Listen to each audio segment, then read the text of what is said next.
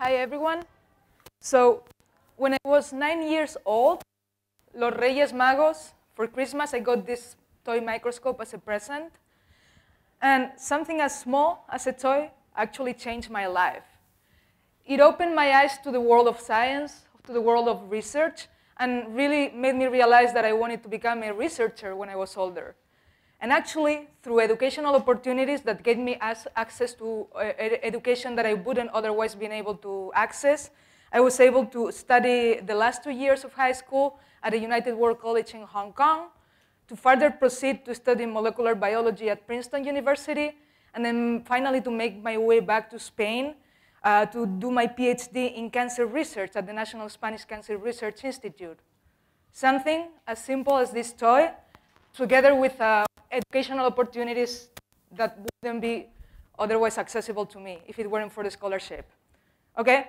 But the problem became obvious to me when I was already in my PhD process, and it's the fact that Spain is way below European average in terms of science knowledge, and also less and less university students are picking science and technology careers, which contrasts with the fact that it's the field that is predicted to be creating new jobs for the current graduates. And as most of you in this room know, Spain has one of the highest youth unemployment percentages in the world.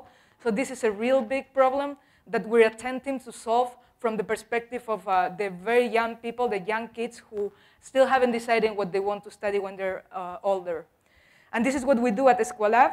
That, by the way, is the same microscope that is there. We still use it in our workshops, and it's very symbolic because we aim to democratize access to a practical, hands-on science education in such a way that we not only develop scientific vocations, but we also help the kids to develop skills for the future that will be useful for them when they grow older, regardless of what they decide to study and work on. There's a huge team behind this. I'm the face today. This is a collective effort. My co-founder sets the strategic and financial vision that joins my educational and science experience, but we also have a wonderful coordinator and a team of really young, talented people with a training in science, but also a passion for education.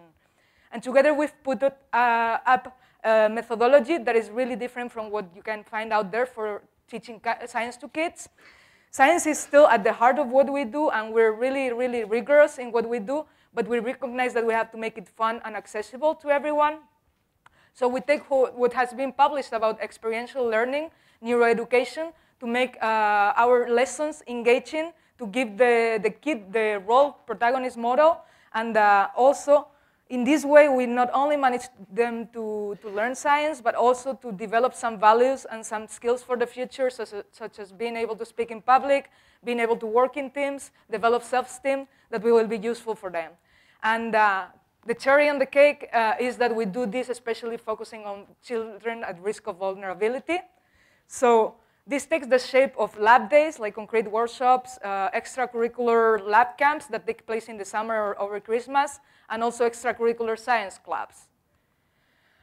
Right now, over 4,500 people have already gone through our programs, more than 3,000 of them on scholarships, and over 24,000 people have benefited from the materials we make available freely on our website. But we are looking further. We expect 30,000 kids to go through our programs in the next 10 years, which will translate into 1,500 and 3,000 new vocations. And I just want you to imagine for a minute here that any one of these kids now being part of one of our programs might be the one who discovers a cure for a disease such as cancer, or that solves the problem of drought in Spain, for example. So will you be willing to be part of this? Thank you.